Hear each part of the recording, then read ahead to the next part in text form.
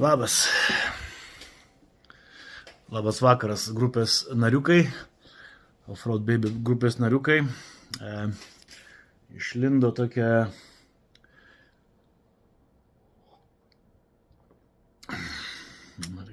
prie reikalo. Išlindo tokia nauja idėja pas mums grupiai. Ta trofėjų, kurį man padovanojo ir aš laimėjau Vinhilę. Jeigu kas girdėjot, kaip man įdavė Juozas pasakė, jis yra perinamas. Tai dabar tuos jo žodžius mes ištobulinam ir pateiksim tokią idėją. Ta trofėjų kiekvienas galėsit laimėti jūs, nesvarbu kokioj amžiaus grupiai. Ir anksčiau ir vėliau kažkas vis tiek pralaimės. Ar tai bus mechaninė klaida, ar tai bus lenktynininko klaida, greičio klaida. Tai manau, kad mes nepradėsim čia klasifikuotis į grupės, o tiesiog tas trofėjas gal sukvies daugiau norinčių dalyvauti varžybose, tikėkimės, o jeigu ne, dalyvausim, kas dalyvaujam, tikiuosi kažkas daugiau sudalyvaus ir kaip sakant, nebus tiek sausa, bus įdomiau. O kad tą trofėjų, šitą nuostabų trofėjų laimėti, reikia kelti taisyklių, kad nebūtų tai paprasta ir kada čia laimėsim, kur čia tiksimės. Mes dar galim tai aptarti, susitarti, o keletas taisyklių yra, video bus, kuriame reportaže Offroad Baby tam YouTube'e bus pateiktos taisyklės, kad jos ten išliktų, kas nori prisiminti taisyklės, galės įsijungti į YouTube ir pasiklausyti tų taisyklių. Tai va, aš dabar perkelsiu jūs iš karto į tą YouTube. Lauk, čia paspausti, ko dar reikia spilti. Tai va, gero žiūrėjimo. Offroad Baby grupės trofėjaus laimėjimui taisyklės. Sveiki, gyvi. Išlikę ir vis dar esate sveiki gyvi nuo praeito savaitgalio raidų.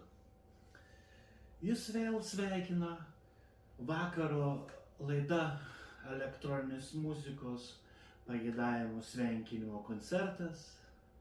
Nešauktų briedžių, nes bananų vis tiek nebus.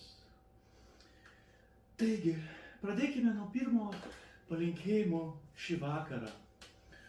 Tomas Samanė siunčia nuoširdžiausius linkėjimus ir sveikinimus savo kalnų dviračių grupės nariams ir linki jiems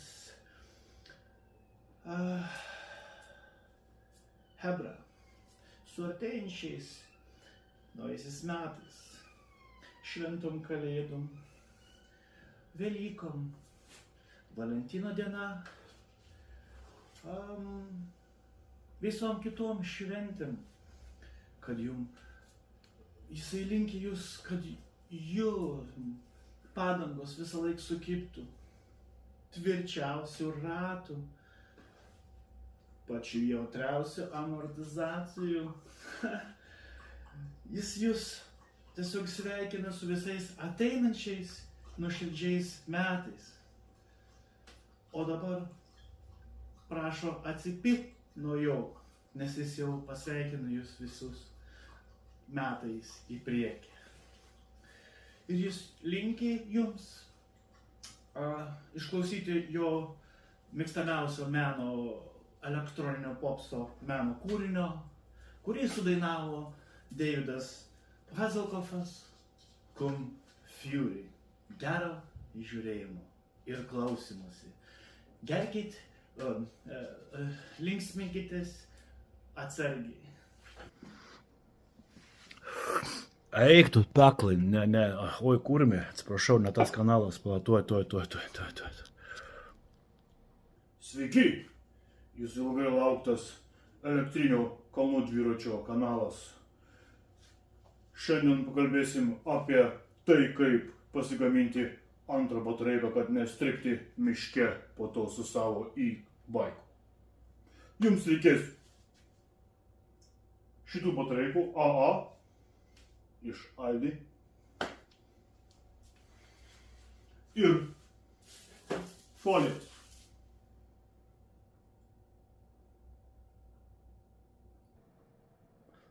Tikrai ne šitas kanalas, platai prašau, dabar tikriausiai tuo aš įjungsiu tą tikrą kanalą.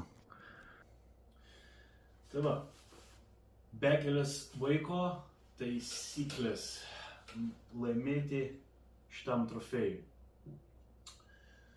Taisyklės yra tokios. Pirma taisyklė. Rašytojai turi būti grupės arba grupės čato narys, ne dieną, ne savaitę ir ne prisijungęs tik varžybom. Ką norėtum pasakyti, turėtų būti gerai pažįstamas visų žmogus, katras dalyvauja aktyviai ir būna kartu grupėje. Taisyklė 2. Dalyvaujant dėl trofėjos, 5 raižytojai ne mažiau, įskaitant trofėjos savininką. Nepridursi, neatims. Gera taisyklė. Trečia taisyklė.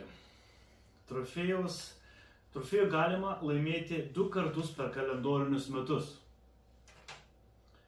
Pavyzdžiui, pavasarį, rudenį arba kokie didesni eventai prieš atidarimą, galim sakyti, kaip atidarėme sezoną ir uždarėme sezoną, kaip įvyko mūsų Vinhyle praeitą kartą. Tai va, tokios yra 3 taisyklės. Ir yra dar nerašytos taisyklės. Taip, nerašytos taisyklės. Susiruošęs važiuoti į varžybas, kuriuose, pavyzdžiui, dalyvauja 80 žmonių, asmuo turintis trofėjų, negalintis dalyvauti dėl kažkokių tai priežasčių, bet jisai buvo pasakęs, kad važiuoja dalyvauti ten, jis privalo atiduoti tų varžybų nugalėtojui trofėjai be kovos trasose. Kadangi jeigu 10 žmonių susigalvos važiuoti, o tas žmogus net važiuos, tai nėra sąžininga dėl tų 10 žmonių, kad jie atvažiavo kovoti dėl tų trofėjų. Tai čia tokia nerašyta taisyklė, bet viskas yra paprasta ir linksma. Manau, po šitokių video, tai mes lenktynių trasą, kai reikės ryte praeiti, kartu nebevaikščiosim, man atrodo. Ar vaikščiosim, kaip galvojat? Suprantu, ką noriu pasakyti. Prasidėjo varžybas.